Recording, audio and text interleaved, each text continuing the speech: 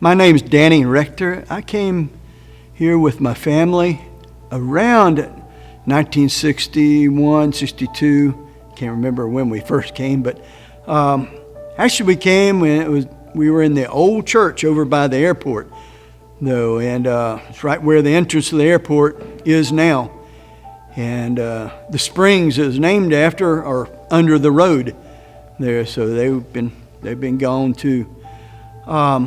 I can remember being in that old church, and some of the when the first planes, jets came in, a lot of the older men would jump up and run to the windows and watch while Dad's in the middle of preaching, whatever. So, but it was just a whole novel thing for us.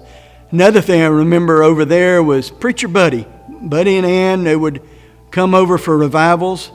They'd pull up in that Volkswagen Bug and climb out, and there'd be probably 5 or 6 kids climbing out behind them. So we had a lot of good times at church. Later on, the interstate came through, and they moved over here. And one of the things I love to do is build. I love doing construction, and I got that from this church. I can remember the men here in the church building, the one next door or behind us here. And I mean, there was ones like Mr. Meese and J.P. Meese and Gay Robinson and Alec and Carol Hudson. There's so many different ones that spent so much time just building that church from ground up. And I got to spend a lot of time with them and learned a lot of things from them. It's kind of funny, one of the craziest things I remember is when they were pulling wire in the basement over there through the conduit, they couldn't find any wire lube. So one of the guys got out a jar of mayonnaise, and they pulled the wire using mayonnaise. So there was a lot of fun times building that one, and built the fellowship hall. But another thing I really remember is all the missionaries. I remember our first missionaries that we had, Earl Burnett and Merle Dye.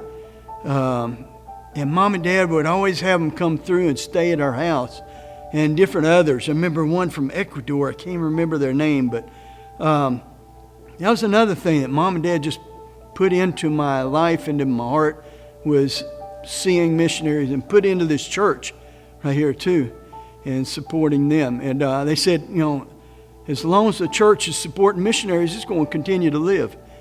And I know you always have, and I'm really impressed with that.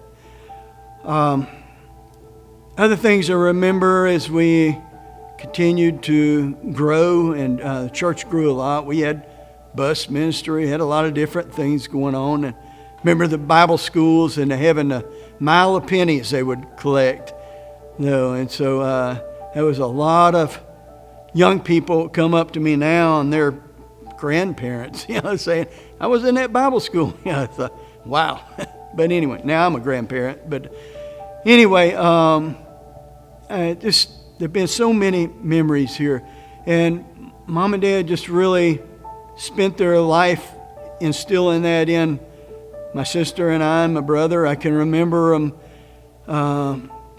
at nighttime, we're going to bed, and I'd hear them in the bedroom praying for my brother and my sister and myself. And that's one thing that they lived on, was prayer. And I know your church is a praying church too. And the one thing that I know is I keep hearing reports. I moved away in around 1995, a little while after my first wife passed away.